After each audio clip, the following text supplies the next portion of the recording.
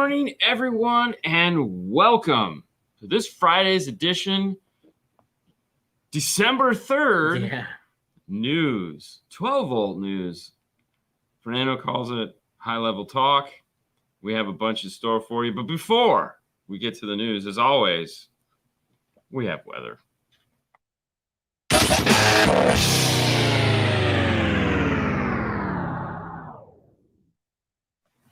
Yeah, every time I see the wind shot in that video, I think, where did we get that clip from? I'm like, a backdoor dummy. Exactly. I mean, it's like, yeah, exactly.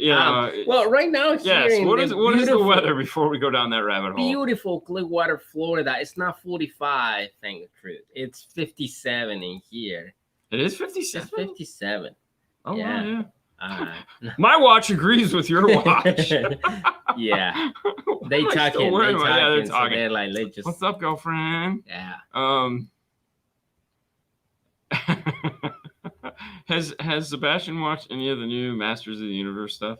No, not yet. But he's like Kevin, I said, we just finished the movie. Dean's Morning Voice. Yeah, this is Yeah, it's in the morning. That's why. Yeah, I don't ever talk.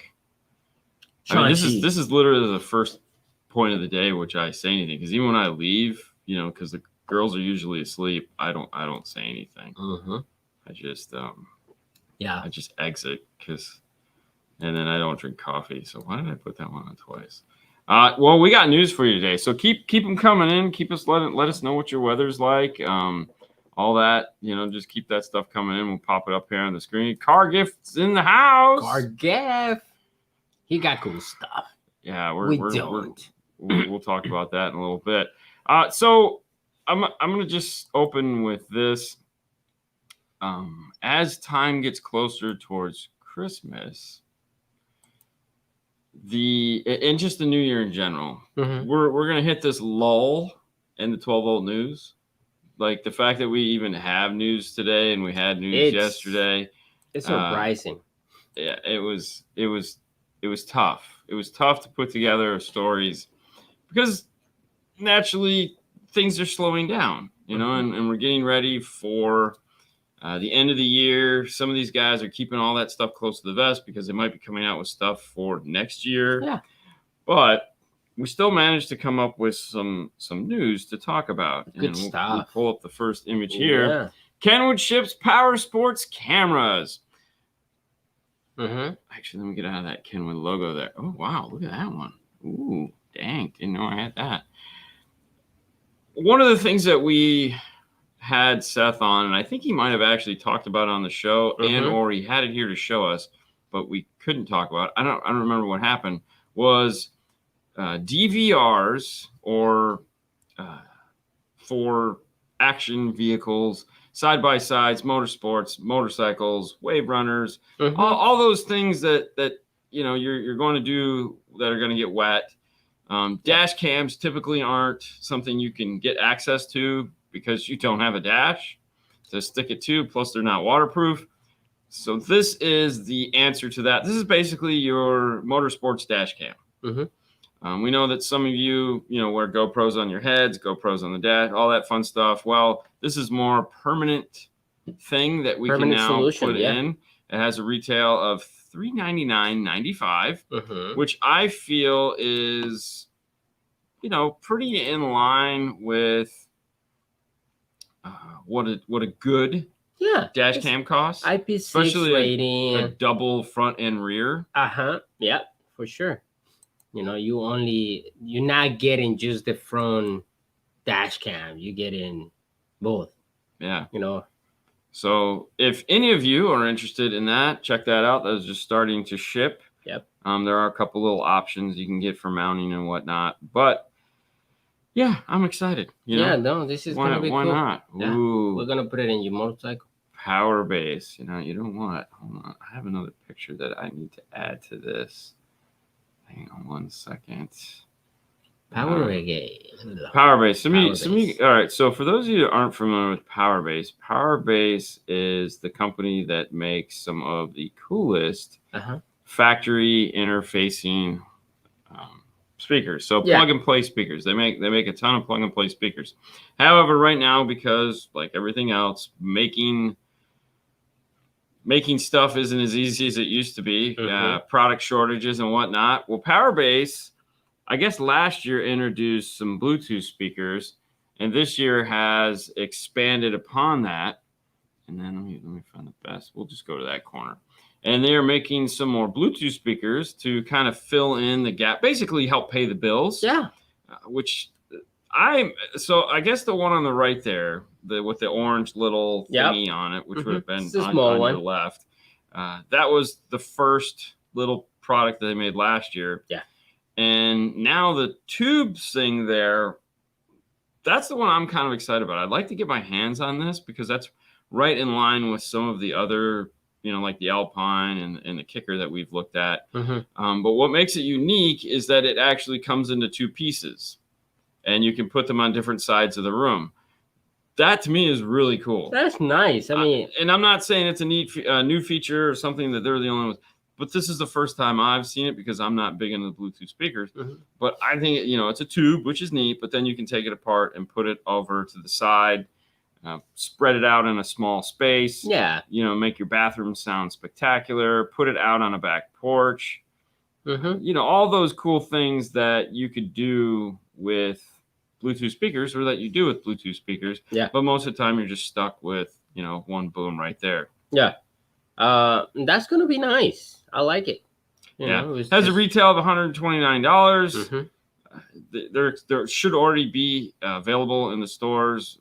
Possibly check online or whatnot, but that's one of those IP7, yes, IP7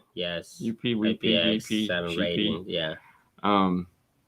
it's a cool little product for sure. I'm pretty excited.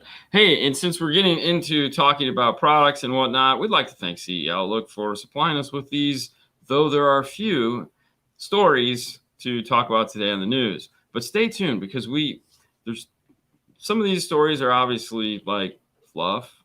Okay, let's be honest, they're fluff. But the end of the show, huge debate. We're super excited. I can't wait because Fernando has a really strong opinion on what's coming up, and let's just leave it at that. But before we get to that, thank you, CE Outlook. Don't worry. For those of you that are interested, the links to all the stories we talk about, of course, will be in the show notes, which are currently there. One of the nice things about using StreamYard is I can actually build the stream the night before. So now before I go to bed, I build the stream. I put all the clips in it, so I don't have to do anything. So when we're done with the show, I don't have to sit here for 10 minutes and do all that. Drop the mic? I just drop the mic and go on to the next one, which is super spectacular. But keeping the stories going. Goggles. Oh, no, they're not goggles. I'm sorry. They're I-beams, man. They're beams. They beam in it. I-beam. For those of you who've never heard of I-beam, they are, I guess that'd be the EchoMaster equivalent for Metra. Yes. So Metra uses EchoMaster and Metra uses I-beam. They make cameras. And in this case, there are 4 new cameras, 3 of which are interesting to us. We have the 99 to 2002 Chevrolet pickup truck cam, which is designed to work with a factory camera, which we'll pull that guy up, closer view right there. So for those in there, again, I think this is nice because a lot of people are keeping their cars longer, especially because the cars that they have now probably work and have microprocessors that aren't going to go bad, or fuel management systems that work. Either way, now you have a nice plug-in, a nice fit-in. If you're the handle cam kind of guy, they make this camera here. Going back, we have the Dodge Dakota, which is probably a good thing because I can imagine if it's the Dodge Dakota, more than likely the area around the camera is broken just because, Dodge's stuff cracks and breaks. Everyone's does, but so this is the Dodge cam. And then lastly, this is the most interesting one. This guy right here. And they describe it as a universal interior rear window mount that fits one of their cube cams. Now, the universal micro cam they've been making those things for years. I don't know why they hadn't had one, but they have a new one. I'm not really that excited about it. But this is an oddity because this is made so you can mount the camera inside the car, and it sticks to the rear window. You don't have to drill any holes. I don't know what, like, I guess you could put this above like the third brake light maybe, or at the top, that area in the car there. I mean, years ago, like when rear view cameras were first coming out, and the only thing we had was like, they looked like little flashlights. They were little tubes. Yeah. And had to drill a hole in the car. Like, I didn't want to do that. You know, something about drilling a hole through the back of a brand new Cadillac just didn't. So I would mount them inside the car and fire them through the back window. Okay. Which years ago, this would have been pretty cool. I don't know who's doing that now, though. No, I see this, and what they getting at is from the dash cam, exactly from the dash cams. They have rear dash cam and front dash cam. So that's exactly it, you know?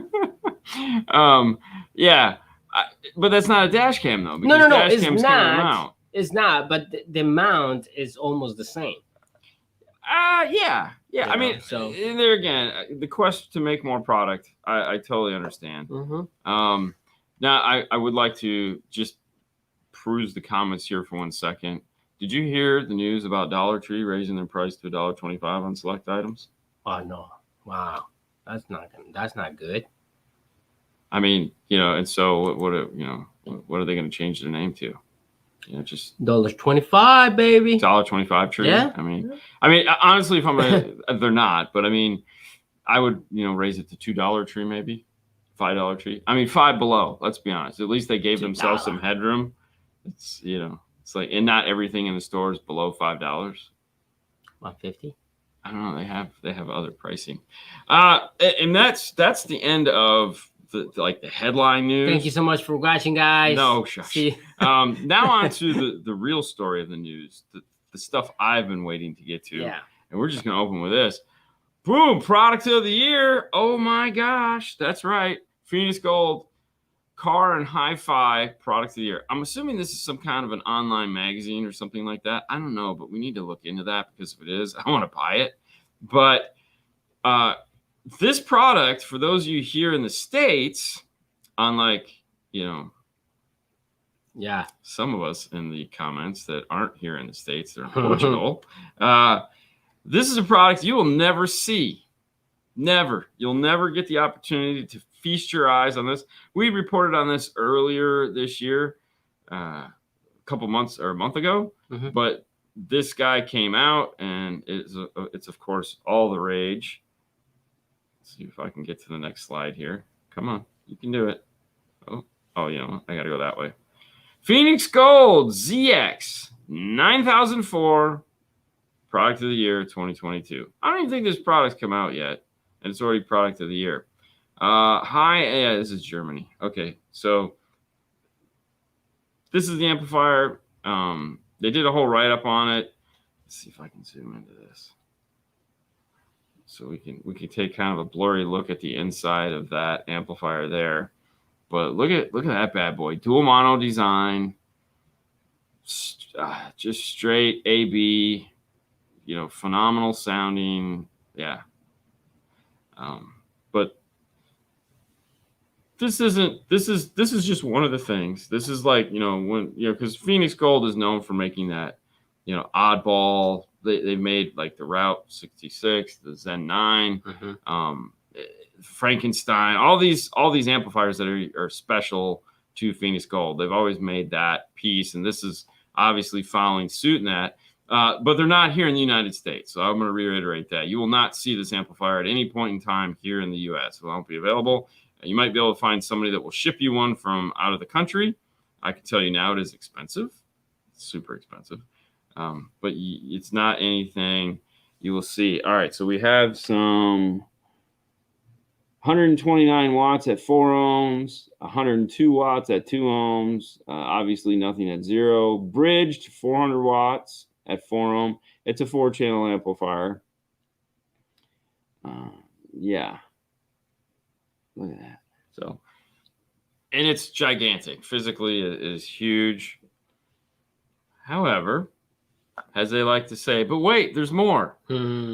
As if it's not a bummer enough that they've come out with this new high-end amplifier that is just really cool. All right, hang on. Pause this. We go here. All right, stay tuned for this, guys. We're going to play a little video just to make things worse. All right, so come here.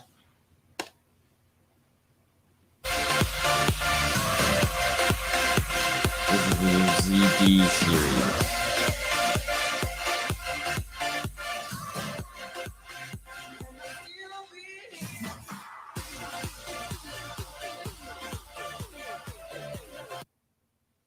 No. All right, we're moving to Europe. Kharkiv, just make sure you have, space for us. We're gonna move. One more I'd like to share with you. Wow, look at that one.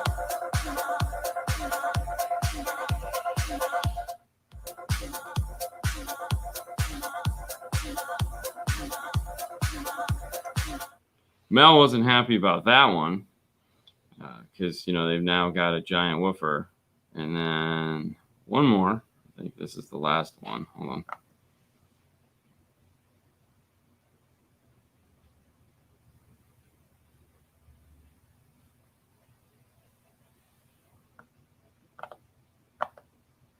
Shut that up.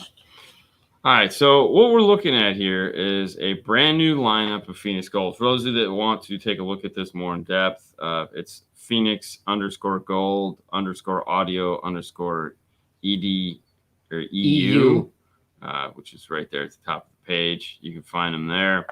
Now, basically, what happens is this is one of those funny stories where Phoenix Gold is owned by Amp Global here in the United States. However, they have companies or they have businesses all around the world. In Europe, they own a company called, I always get it wrong, Auto Leads. Mm-hmm. Auto Leads sells dash kits, wiring harnesses, and all that fun. They also own a company called Connects 2.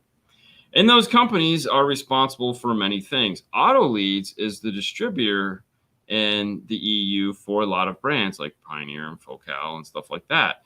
So essentially in Europe, Amp Global is the distributor for some of these products, even though they aren't here. Also, Phoenix Gold Europe gets to build and design their own products that they see fit for their market. Now, going back to that amplifier that we showed you at first, that, of course, was a DSP amplifier. European Union, thank you. 25, like, duh.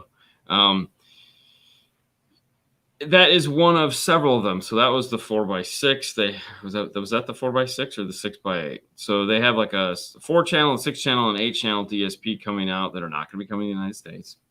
They have BMW and Volvo speakers, which I was like, Volvo speakers, really? Apparently, they're not going to come to the United States. Oh my gosh! And it sucks. And you know whose fault it is?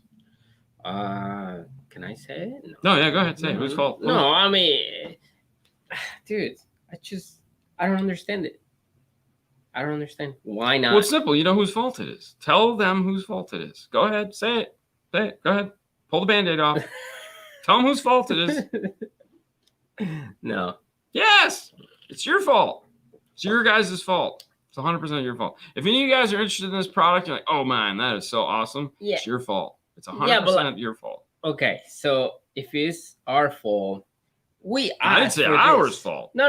Their fault. It's not our fault. We're over here going, we could sell it. Yeah, no, for sure. But you see the market and you see different manufacturers doing it right now. They have it here in the US. So you, as a manufacturer of speakers, amplifiers, and subwoofers, why not bring it? In the end of the day, we're competing for speakers, right subwoofers. There. Because Phoenix Gold didn't sell it in the United States. That's why. Now, but they still making stuff. So we're still making regular speakers, subwoofers, amplifiers. Why not make something that everybody wants, like that type of amplifier, DSP. Yeah. This couldn't sell in the United States. Okay. Well, we know why. Yeah. Right? We know why this didn't sell. Because it's freaking huge. Yeah. Like nobody wants this. There's very few people that want to own. Hello.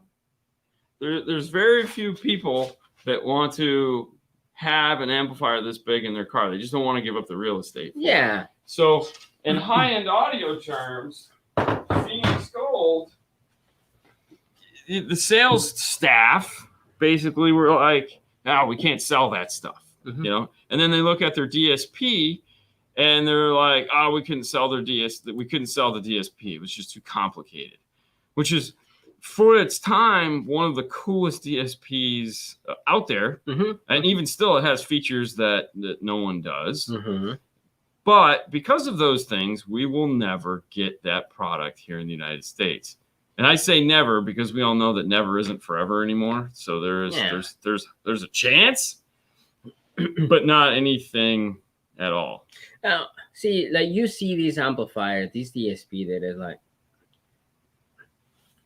for example, I'm gonna put Sapco, right? Sapco amplifiers, huge amplifiers.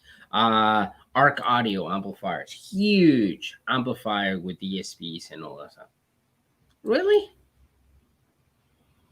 I mean, I get it that Phoenix Gold is not the same Phoenix Gold from back on the day. Well, I was not even around. Yeah, but I can tell you, like I called Jeff and we talked about this because he knows all the ins and outs in it. And the team that designed this product, they did a fabulous job on it. And they brought in some really great talent to help them build and design these amplifiers. Obviously, that we all saw that in the 9000 amplifier there. That's a beautiful, just gorgeous looking amplifier that I'm sure if I could read in that particular language, I'm sure the article goes on to describe how awesome it is. Yeah, that's what I was trying to see right here, but it's like, no comprende. When we are ahead of times, you get left behind. The problem is that DSP for certain companies scares them. And that, the number one question we always get is, when is this company going to come out with their DSP? When is that company going to come out with DSP? And the reality is they're in no hurry to do it. They're in no hurry to do it. And I don't know. Well, it's money. It literally just comes down to money. But it's not what we're here for, to make money? Yeah, but they look at it as, so let's talk about one manufacturer that's had a DSP amplifier in the marketplace for the last 7 years and then decided to pull it out of the marketplace because it just wasn't selling that well. And then once it finally started selling well, because we started talking about it and people started realizing what it can do. Yeah. Then the amplifier's end of life and they don't bring out anything to replace it. And now you ask them, hey, when is it? And they're like, well, it didn't sell. Well, because they came before, like they came so fast and that was new technology. Nobody understand that. No, he's right. To get DSP scares installers. I don't think it scares installers. I think it scares owners that don't know how to charge to install DSP. Everything starts with, for example, like the company, right? If you have a good marketing and you put that product out, so you installers, you consumers, everybody understands that. You don't have to worry about these guys going anywhere. Oh, no, man. No. They get their shit together. Oh, dude. They already like that thing. Want me to translate? No, it's okay. It's okay. I'm not that interested. I mean, I'm saying I'm interested, but the reality is I'm not. I'll never get it, so I don't want to waste my time. Yeah, I find it. Oh, you found it? Yeah, oh, okay, cool. It is a magazine? It's a magazine. So. Yeah, so it is in fact a magazine. It is a magazine, guys. All right. Well, I wonder if they sell it on Amazon. I'm going to buy that magazine. They have the magazines. No, I just want to get a subscription to it. Yeah. Why not? I mean, we get the friends of the show send us the Japanese ones all the time. Yeah. I love looking through those. Yeah. Phoenix Gold really doesn't promote. Never seen commercials or some sort of advertising. And you're not wrong. So, and there's a reason for that, because there again, when the company that owns you has kind of lost faith and its ability to move the product, the investment you put in it is it's minimal. just minimum. Yeah. No, I get it. Not everyone is like an audio control that when Chris Bennett worked there just spent years waving the flag, waving the flag, getting it out there. I feel that the bigger the company is, the less we're going to see out of them in products that we really want. So the problem with being a fanboy of a specific brand is that we're never going to be happy because they're never going to listen to us because they're not designing their products for fanboys. No. I think the only company that designs product for fanboys, big like that, where there's hundreds of employees, is probably JL. I think JL is the company that is fanboy centric, meaning if there's a fanboy out there that thinks JL should build it, they build it. VXI, 100% fanboy. They don't make a ton of money on DSP amplifiers, but that doesn't matter. They realize it's the future and they're putting their effort into it. They've been doing it. It started with the clean sweep and it has just keep going. And there again, we know that they sell way more basic amplifiers than they do DSP amplifiers. It's a very small portion of their business. However, it is by far the most talked about portion of their business because when you, Jesus, man, this is why I don't want to watch. Yeah. Well, okay. So, and for those of you playing at home, it's Froggy Bill. Bill Frog. Bill Frog is. No, but okay. So you just say that manufacturer exactly. They just went through and they said, yeah, we're gonna take the chance. If it's good, it's bad, but we're gonna make a DSP. And probably you're right. They don't sell a ton of them, but they awesome. The DSP is good. Yeah, it was cold this morning. It was cold and foggy. Yeah. All right. So, no marketing strategy. This is 100% the reality of it. The marketing side of most of these companies are not tech savvy enough to understand how the product works. So you have really smart engineers that don't have the ability to talk to people to make them understand what they're doing. And you don't have a marketing department that speaks engineer and can translate. So what you run into is companies that try to do this. And then if you have somebody that kind of talks to the consumer, then you don't always you're afraid. Well, I feel the marketing department has a different idea when they have the product on their hand. They look at and they see it's a box. How can we sell it? I love that. Audio Orphan segment, brands or products left sitting on the shelf with the elf. Yeah. So how can we sell it? And they have totally different idea from the guys that they actually build it, right? So the engineer, the guy, this tooling and all that stuff is like, this is a beautiful piece that we can sell tons of this. And then marketing department comes and is like, I don't understand. You just write it down, whatever you say, so I can translate it. And when I can understand it, and this is back to in 25, this is definitely back to somebody that's pandering to their audience. JP is 100% doing that, and there's not a problem with it. I'm good for him. I mean, both of these companies, good for them because, he saw his market space and, affordable, colorful, classic looking, give me the plexi bottoms and lots of power for reasonable money. That is totally pandering to his audience to make money. And there's nothing wrong with that. Whereas JL is going he's an 80% guy. That's his base. JL's base isn't necessarily DSP, but the small, they're looking at that 20% and going, we're going to make what the 20% guys want. Because most manufacturers aren't willing to do that. Most manufacturers want the biggest piece they can get, and that's it.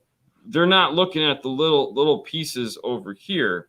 They don't want to look at that because that's not big money. One of the manufacturers we used to deal with, if I can't sell 5,000 of these at a clip, we're not bringing it in. Okay, just think about that for a minute. If I can't sell 5,000 of these in a clip, I don't want it. And that's how a lot of manufacturers feel. And that's why some of the cool products that we want, we don't get from those manufacturers. No, I think having a demo car is good. It's just the selling part of it. Well, okay. From a retail standpoint, a demo car is a great idea. Yeah. From a manufacturer standpoint, one demo car is not enough. Okay. Because that demo, first off, you have to go, where's the demo car going to be? How are people going to get access to it? Alpine has a fleet of cars that they have their guys drive around, and you get to see it on the weekends every now and then. And it's a big expense. It's a big expense. Yeah. I don't have the answers. I don't get paid to have the answers. Yeah. I have answers, but that's not my problem. But that's the news, guys. As always, it ended awesome. Debate away. Yeah. Hey, if you're watching this after the fact, let us know what you think in the comments. That's wonderful. We love getting comments on the news because it kind of, makes things fun and excitement. There again, thank you, CE Outlook, for playing along with us and providing us with news stories. Thank you, Phoenix Gold, for making products outside of the U.S. so that we can talk about them and have, lots of fun. We do have a giveaway that is going to be coming up. We're not going to talk about it yet because it'll be soon enough. I kind of teased it last night on the High Five Vegas show that we do. And with that, you guys go forth, be merry, have a great Friday. There's no show tomorrow. So Saturday show is not going to happen. However, so go drink and do whatever you go drink and be merry. But for next Saturday, we have a special guest. That's right. Mr. Jeff Smith will be back in the studio because Fernando's taking the day off. So we're going to do something. I don't know if we're going to do DSP talk yet or what, because I kind of left it open for him. I was like, we could do DSP talk, but if you'd like to do something else. So if any of you guys have ideas that you'd like to have Jeff talk about while he's here, please, again, leave them in the comments. And that's it. You guys have a great rest of your day. Thank you. You're now in the know. Bye, guys. Bye, guys.